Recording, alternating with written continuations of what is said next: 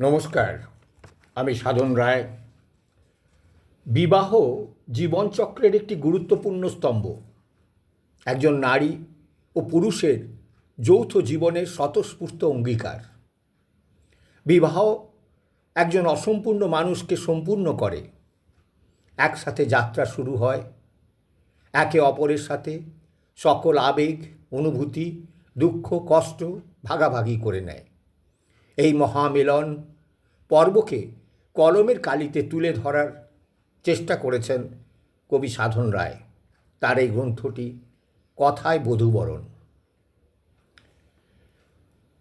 তত্ত্ব বলতে সাধারণত গায়ে হলুদের তত্ত্বকে বোঝায়। ছেলেদের গায়ে হলুদের হয়ে গেলে পেতলের বাটিতে সেই হলুদ সহ অন্যান্য উপকরণ আসে মেয়ের বাড়িতে।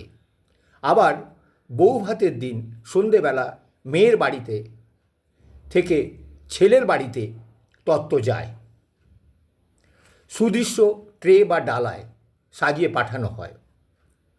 তত্ত্বতে মা, ঠাকুমা, দিদিমা, বয়স্কদের জন্য নমস্কারী, কনের শাড়ি, ম্যাচিং গয়না, সাজগোজের জিনিস, স্নানের বেসন, মাছ, মিষ্টি ইত্যাদি পাঠানো হয়।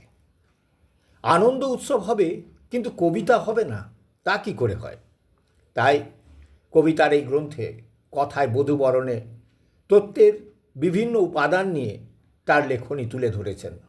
প্রত্যেকটি ট্রেতে 4 লাইনের লেখা ম্যাচিং করে পাঠানোর জন্যে এই প্রয়াস। সবাই এর রসস্বাদ উপভোগ করবে আশা রইল। সাধন রায়ের লেখা কথায় বধূবরণ বর্ণাশ্রম প্রকাশন সংস্থা দ্বারা প্রকাশিত পকেট বুক।